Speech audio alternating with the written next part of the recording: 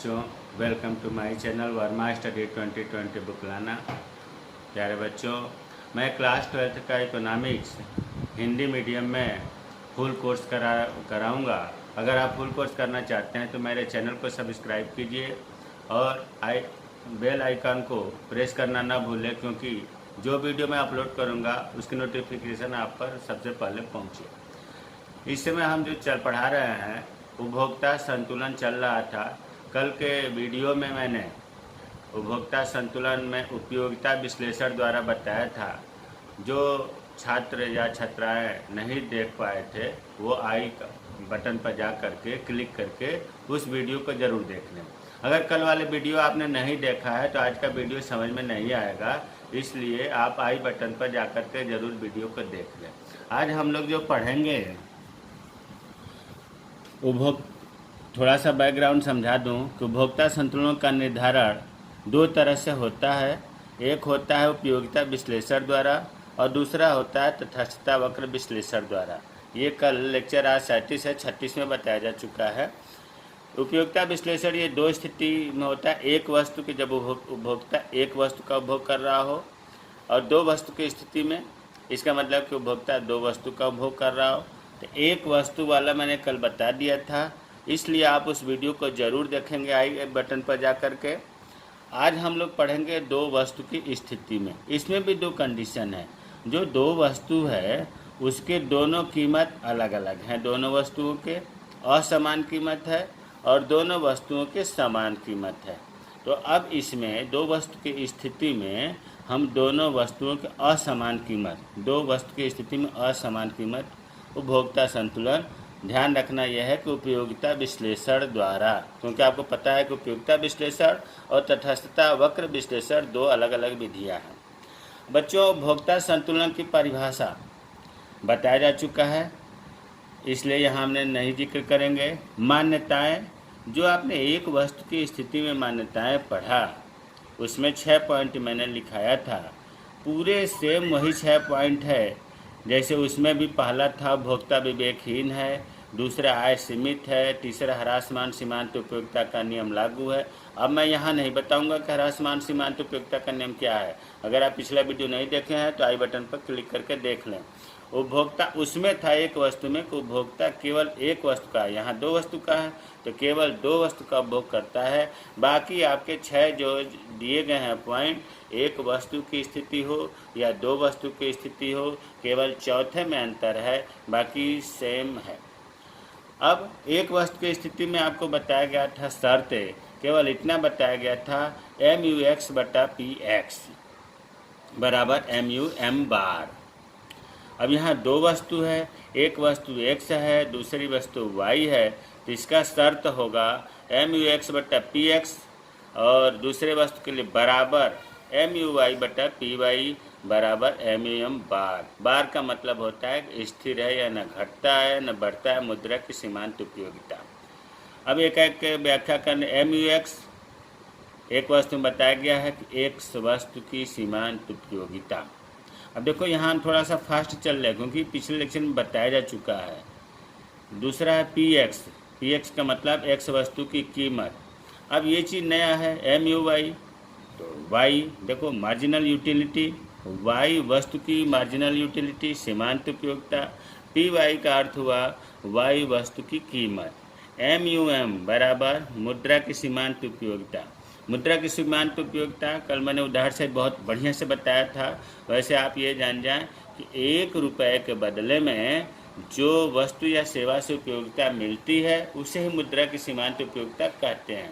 1 रुपये के बदले में जो हमें संतुष्टि मिलती है वही मुद्रा की सीमांत उपयोगिता है। इम्तिहान में प्रश्न कैसे पूछेगा? देखो, एक वस्तु हो या दो वस्तु हो, लगभग प्रश्न सेम होता है। जैसे दो वस्तु में पूछेगा कि दो वस्तु के संदर्भ में तालिका एवं चित्र की सहायता से उपयोगिता विश्लेषण के द्वारा उपभोक्ता संतुलन को समझाइए। जबकि PX मतलब X वस्तु की कीमत है 3 रुपये, PY वस्तु की कीमत है 2 रुपये और मुद्रा की सीमांत उपयोगिता है 14 उपयोगिता या 14 यूटिल्स। अब देखो, इसमें आप कहीं नहीं दिया है कि दो वस्तु के समान कीमत पर या असमान कीमत पर। तो प्यारे बच्चों, ये कीमत का हम रेट दर देख करके हम समझेंगे कि ये समान कीमत वाला विधि लगाना है कि असमान कीमत वाला। सवाल में नहीं दिया रहता, सवाल में तो केवल दो वस्तु दिया होगा। तो हम ये देख रहे हैं कि एक वस्तु का कीमत 3 रुपया है और वाई वस्तु की कीमत का 2 रुपया है। इसका मतलब कि असमान कीमत का हमें सवाल दिया गया है।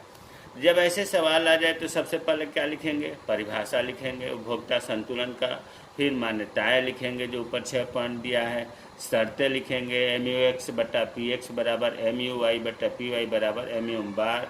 इसके बाद तालिका बनाएंगे। अब हम आते हैं तालिका पर। तालिका को ही फिर मैं बता दूं कि अनुसूची भी कहते हैं, सारणी भी कहते हैं और तालिका भी कहते हैं। इसमें कन्फ्यूजन होने की ज़रूरत नहीं है। अब देखो, आपको जैसे शर्त अभी पता है कि क्या बताया था, MUX बटा PX बराबर MUY बटा PY बराबर MUM। तो सबसे पहले यूनिट्स मतलब इकाइयाँ, जितने 1 2 3 4 1 2 3 4 5 6 7, 7 यूनिट मतलब कोई भी संतरा मान ले, रोटी मान ले, अर्थात उपभोक्ता जो है इन्हीं 7 इकाइयों का उपभोग कर रहा है, जिससे उसे सीमांत उपयोगिता। आपको पता है कि जब कई वस्तुओं का या कई उत्तरोत्तर इकाइयों का उपभोग किया जाता है तो सीमांत उपयोगिता घटती जाती है। तो हमने 7 यूनिट मान लिया, 7 इकाई मान लिया। अब देखो MUX, X वस्तु की सीमांत उपयोगिता। चलो हम थोड़ा सा टेक्निक बता दूं। देखो 48 से मैंने शुरू किया है, 48 में से 6 घटा दिया 42, 42 में से 6 घटा दिया 36, 30 है ना। फिर इसके बाद यहाँ 6 घटा है 24, 18, 12, 6 कम कर दिया हूँ ताकि याद भी हो जाए और हमें घटते हुए क्रम में डाटा भी मिल जाए। अब ये MY वस्तु की सीमांत उपयोगिता, इसमें 40 हमने कर दिया। चलो इसमें 4 घटा देते हैं, 36, 32, फिर 28, 24, 20, 16। ये चीज़ जो है अपने मन से तालिका में बनाना पड़ेगा। अब हमें आपको पता है कि जो शर्त है वो क्या थी। शर्त जो है अभी पीछे बताया, MUX बटा PX बराबर MUY बटा PY बराबर MUM बार। ये तीनों चीज़ बराबर जहाँ होंगी वहीं पर उपभोक्ता संतुलन होगा, अर्थात उपभोक्ता को अधिकतम संतुष्टि मिलेगी। अधिकतम, उससे कम पर उसे नुकसान होगा, अधिक पर भी उसे नुकसान होगा। अब देखो MUX बटा PX। अब आपको सवाल में, जैसा कि अभी पीछे दिया हुआ है सवाल में, कितना PX था? PX था, देखें सवाल में PX 3 रुपये, PX 3 रुपये दिया हुआ है, 3 रुपये है ना। और PY कितना था? PY मतलब Y की 2 रुपये। और MUM कितना था? 14 यूनिट। ये सवाल में दिया हुआ है। तो अब MUX में हम PX का भाग देंगे तभी तो ये निकलेगा। तो ये 48 है, 48 में हम 3 का भाग देंगे तो 16, 16 के 48, फिर 42 में 3 का भाग देंगे 14, फिर आगे भाग देंगे तो 12, 10, 8, 6, 4। आ गया होगा समझ में। MUX ये है, इसमें हम PX जो सवाल में मतलब 180 की कीमत से भाग देते हैं, तो ये चीज़ आ गया। अब उसी तरह से MUY ये है, M और Y वस्तु की कीमत 2 रुपया है तो 2 से भाग देंगे, तो 2 से भाग देंगे तो 20 हो गया, और 36 में भाग देंगे तो 18 हो गया, 16, 14, 12, 10, 8। मैं इसीलिए आपके सामने बताया ताकि आपको पता चल जाए। पता चला पहले से लिख दूं तो समझ में नहीं आता। अब मुद्रा की सीमांत उपयोगिता, ये देखो मुद्रा की सीमांत उपयोगिता 14 दिया हुआ है सवाल में, तो सब में 14 होगा, ये न घटती है न बढ़ती है, 14 14 14 14 14 14। अब देखो ये हमारी तालिका पूरी हो गई। अब इसमें हमें ये देखना है कि MUX जो है, MUX में जो हम PX का भाग दिए उसमें कौन ऐसी संख्या है, MUI में कौन ऐसी संख्या है, MUM में कौन ऐसी संख्या है जो तीनों बराबर हो। तो ध्यान दो कि MUM तो सब में 14 है, इसमें 14 अगर हम ढूंढेंगे तो देखो ये 14 हो गया और इसमें 14 ये है। अब हम इसको ऐसे भी कह सकते हैं कि देखो यहाँ व्याख्या लिखा है कि X, ये X वस्तु क्या है आपको पता है। X वस्तु की कितनी इकाइयों का उपभोग कर रहा है, 2 वस्तु का, 1 2, अगर यहाँ नहीं तो यहाँ देखो 1 और 2, X वस्तु की 2 इकाइयों का उपभोग कर रहा है और Y वस्तु का, इसके लाइन में आ जाए, ये X वस्तु का हो गया 2 इकाइयों का, Y 14 है तो इसके लाइन में 4 हो गया।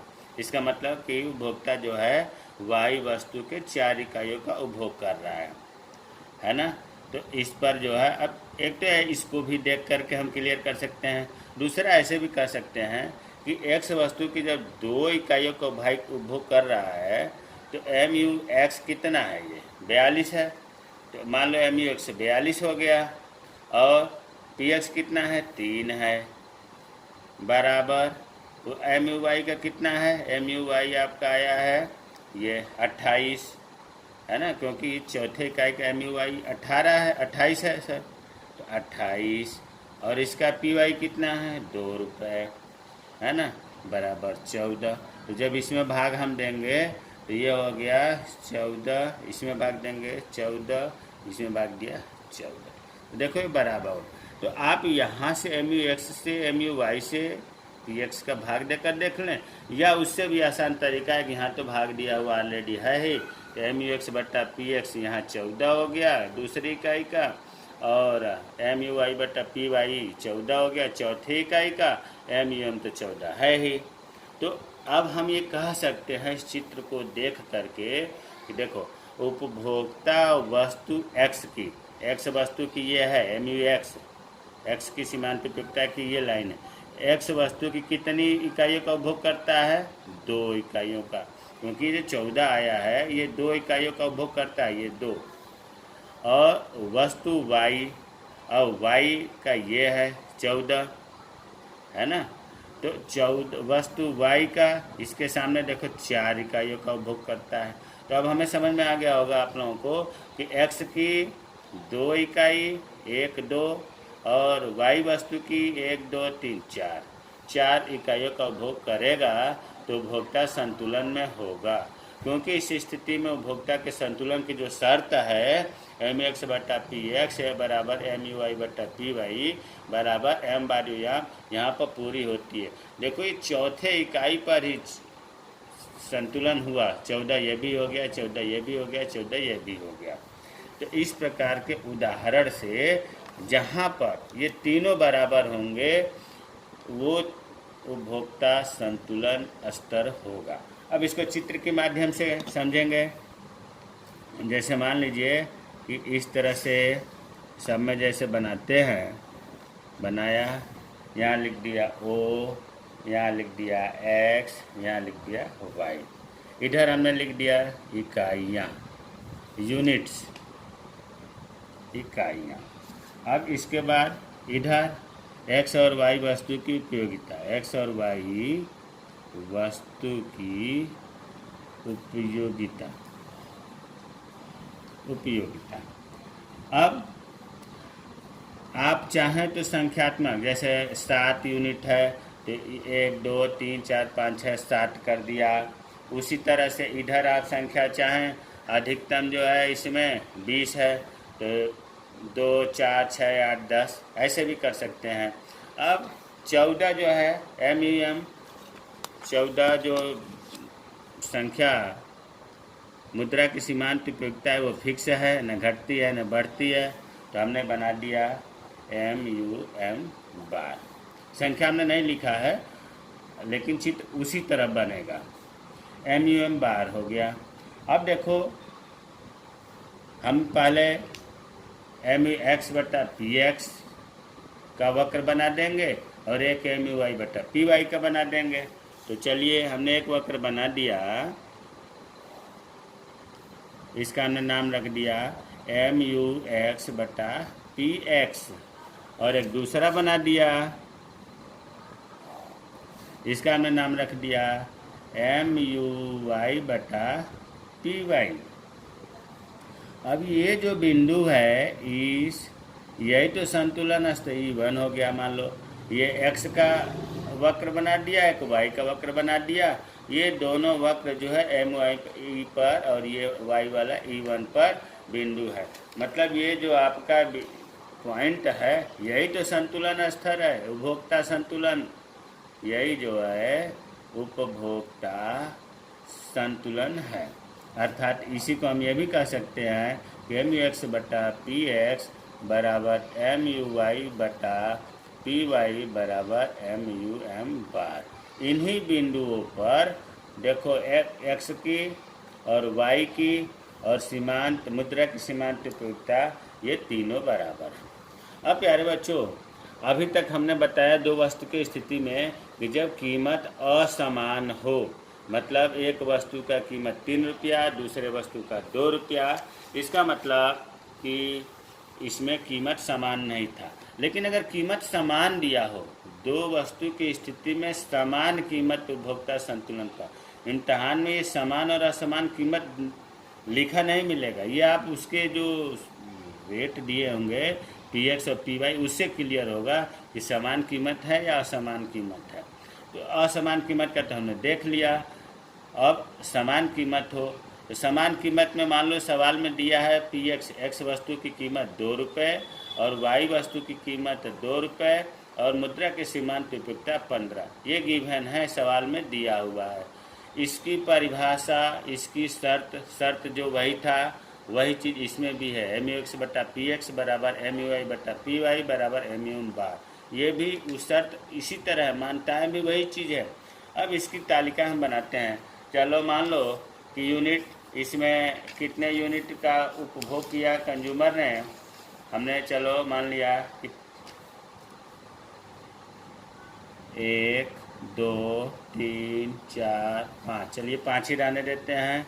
एम यू एक्स, अब यहाँ ध्यान दो कि एक्स वस्तु की जो सीमांत उपयोगिता मिल रही है, चलो 50, 10 कम कर देते हैं, 40 30 20 10, ठीक है। और जब दोनों वस्तु का समान कीमत है, एक्स वस्तु का भी 2 रुपये, वाई तो वाई की भी इतनी ही सीमांत उपयोगिता मान लेते हैं कि मिल रहा है 50 40 30 20 10। इससे आसान तो उदाहरण हो ही नहीं सकता, इसलिए समान कीमत का आसानी से समझ में आ जाएगा। अब हमने एम यू एक्स का अपने मन से मान लिया, सीमांत उपयोगिता आपको पता है सीमांत उपयोगिता घटती जाती है जैसे जैसे उत्तरोत्तर इकाइयों का उपभोग करते हैं, और दोनों का एक ही जैसा लिया क्योंकि कीमत एक ही जैसा है। अब आपको पता है कि इसके लिए शर्त क्या है, शर्त तो वही है जो इससे पहले बताया गया था, एम यू एक्स बटा पी एक्स बराबर एम यू वाई बटा पी वाई बराबर एम यू एम बार। अब इसको निकालने के लिए एम यू एक्स में पी एक्स का भाग देंगे, तो देखो एम यू एक्स ये है और पी एक्स 2 है, तो जब 2 से भाग देंगे तो ये हो जाएगा 25 20 15 10 5। उसी तरह से एम यू, यहाँ एम यू वाई होगा, सॉरी, एम यू वाई में अब 2 से भाग देंगे यही चीज़ फिर आएगा 25 20 15 10 5। एम यू एम सवाल में दिया हुआ है कितना 15, तो सब में 15 15 15 15 15। अब हम देखें कि एम यू एक्स बटा पी एक्स और एम यू वाई बटा पी वाई और एम यू एम बार किस में बराबर है। अगर हम ध्यान से देखें, देखो ये भी 15 है, यह भी 15 है, यह भी 15 है। इसका मतलब कि जो ये तीसरा नंबर का उपभोक्ता उपभोग कर रहा है तीसरी इकाई को, उस समय ये शर्त पूरी हो रही है। तीसरी इकाई को जब उपभोक्ता उपभोग कर रहा है तो एम यू एक्स बटा P X, M U Y बटा पी वाई, एम एम तीनों बराबर हैं 15 15 15, है कि नहीं? 15 15 15। वही चीज़ यहाँ व्याख्या किया हुआ है कि उपभोक्ता वस्तु एक्स और वस्तु वाई की 3 इकाइयों का उपभोग करे। अगर इसे कम करेगा तो देखो उसके 15 रुपये खर्च कर रहा है, उसकी संतुष्टि कम मिलेगी। अधिक करे, जब 15 कर रहा है तो 10 पर क्यों करेगा? घाटा ना होगा, 15 से अधिक मिलेगा। तो यहाँ देखो 15 से कम हो रहा है, इसीलिए आगे वो नहीं करेगा। 15 रुपये जब खर्च कर रहा है, 1 रुपये में सीमांत उपयोगिता कम से कम 15 मिलनी चाहिए और उसे 10 मिल रहा है, तो फिर वो चौथी इकाई क्यों उपभोग करेगा? इसलिए नहीं करेगा। और अगर पहले करता है तो फिर अभी 15 मतलब 1 रुपये में 15 सीमांत उपयोगिता मिल रही है और उसे 20 मिल रही है, तो और अधिक करना चाहेगा। वो तो तब तक करना चाहेगा जितना कीमत है उसके बराबर संतुष्टि लेना चाहेगा ना। तो वही चीज़ लिखा है इसमें कि 3 इकाइयों का उपभोग करेगा, उस समय उपभोक्ता संतुलन में होगा, क्योंकि इस स्थिति में उपभोक्ता के संतुलन की जो शर्त ये है ये पूरी होगी। इसको चित्र कैसे बनाएंगे?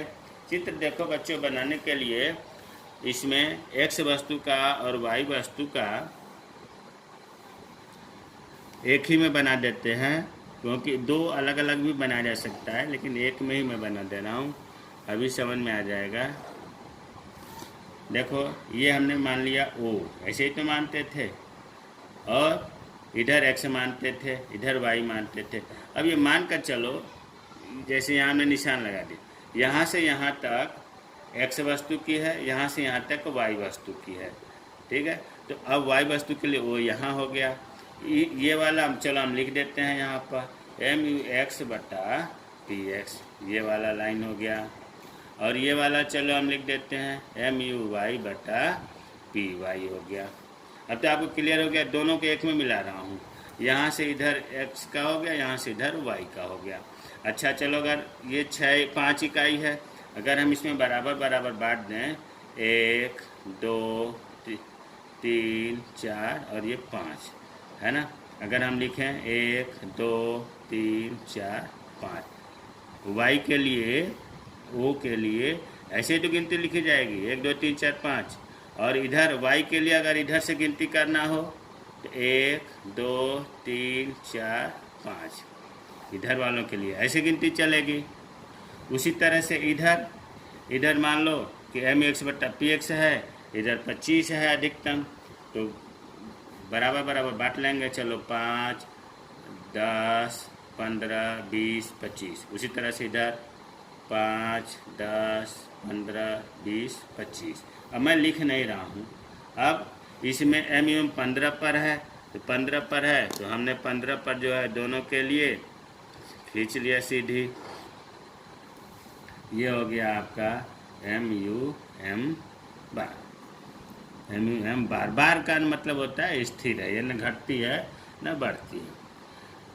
इधर आप अंक भी लिख सकते हैं, इधर y का और इधर x का, दोनों का समान है।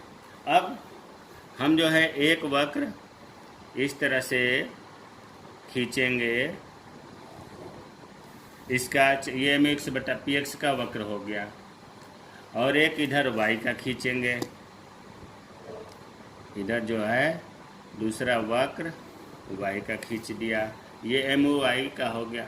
अब ये देखो x वाला और y का और ये एम एम का जहाँ ये काट रहा है ना, इसलिए तो दोनों को एक ही बनाया गया कि दोनों जहाँ काट रहे हैं ये ऐसा बिंदु है, यहीं पर जो है क्या हो रहा है, ये तीनों बराबर है, या यहाँ हम लिख देते हैं एम यू एक्स बटा पी एक्स बराबर एम यू वाई बटा पी वाई बराबर एम यू एम बार, अर्थात यहाँ पर उपभोक्ता संतुलन में हो रहा है, संतुलन में है। तो अब आपको अगर समान कीमत हो तो इस तरह का चित्र बनाना होगा, और असमान कीमत हो तो एक साइड से बनाकर दो वक्र बना देंगे, एक एक्स वस्तु का एक वाई वस्तु का, और जहाँ काटेगा वहाँ उपभोक्ता संतुलन होगा। प्यारे बच्चों, उपभोक्ता संतुलन बहुत ही महत्वपूर्ण है, और अगर जो चीज़ न समझ में आए तो वीडियो को रिपीट करके बार बार देख लीजिएगा, उपभोक्ता संतुलन के निर्धारण की दो विधियां थी, एक उपयोगिता विश्लेषण, दूसरा तटस्थता वक्र विश्लेषण। उपयोगिता विश्लेषण में दो स्थिति थी, एक वस्तु की स्थिति, दो वस्तु की स्थिति। दो वस्तु की स्थिति में भी दो स्थिति थी, एक समान कीमत का, एक असमान कीमत का। तो उपयोगिता विश्लेषण द्वारा उपभोक्ता संतुलन आज पूरा हो गया। अब नेक्स्ट लेक्चर में या वीडियो में तटस्थता वक्र द्वारा उपभोक्ता संतुलन का विश्लेषण पढ़ेंगे।